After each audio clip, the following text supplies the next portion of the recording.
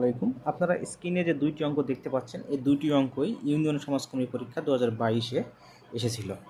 আমরা অঙ্কগুলো দেখব। অঙ্কগুলো যদিও খুবই সহজ, আসলেই খুবই সহজ, তারপরে আমরা করে দেখাবো যেন আমাদের প্র্যাকটিসটা থাকে এবং আমরা সহজ মনে করে এটা মনে না করি যে এই অঙ্কটি পরীক্ষায় দিবে না।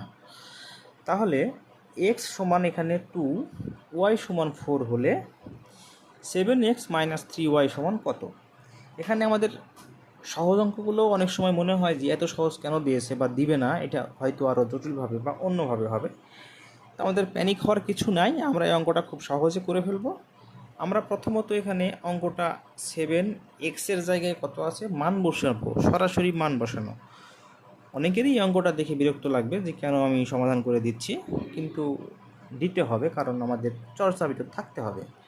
তাহলে 7 × 14 আর 3 × 4 = 12, 14 - 12 2 অ্যান্সার।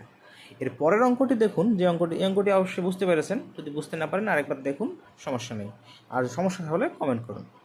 পরবর্তী যে অঙ্কটি আছে সেটি হচ্ছে কোনটি বড়, অর্থাৎ এখানে 4টি সংখ্যা দেওয়া ছিল, এর ভিতর কোন সংখ্যাটি বড় সেটা আমাদের অ্যান্সার করতে হবে।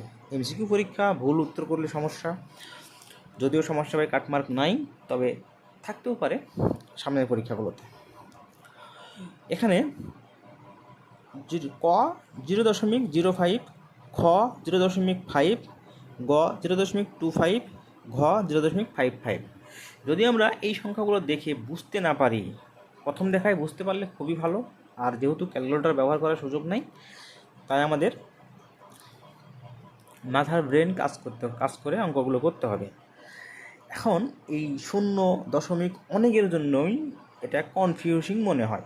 কনফিউজিং যেহেতু মনে হয়, তার একটা সমাধানটা বের করতে হবে। সেটা হচ্ছে কি, আমরা দেখব যে দশমিকের পরে দশকের ঘরটা কার বড় সেটা দেখব। তাহলে এখানে একক দশক, এখানে 5 বড়, এখানে একক দশক, এখানে 2 অবশ্যই ছোট। এখানে শুধুমাত্র একটা আছে এককের ঘর। যেহেতু আমরা 2 ঘর নিয়ে কাজ করতেছি, তাহলে আমরা বাম পাশে একটা 0 বসায় দিয়ে এটা একক এবং দশকের ঘর তৈরি করলাম। তাহলে একক দশক, এখানে 5, এখানে 5, এখানে 0 5, তাহলে এখানে এককের ঘর হচ্ছে 5, দশকের ঘর 0। তাহলে এটা আমাদের ছোট, এটা আমাদের ছোট, দুটোতেই 5 5 আছে। এরপরে আমরা দেখব যে দশকের ঘর আমরা 5টা নির্ণয় করে ফেলছি, এটা বড়। এখন আমরা দেখব এককের ঘর কোনটার বড়।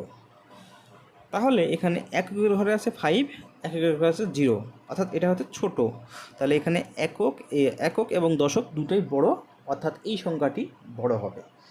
ধন্যবাদ সকলকে। আমাদের চ্যানেলটিকে আপনারা সাবস্ক্রাইব করবেন। শুভকামনা সবার জন্য। আসসালামু আলাইকুম।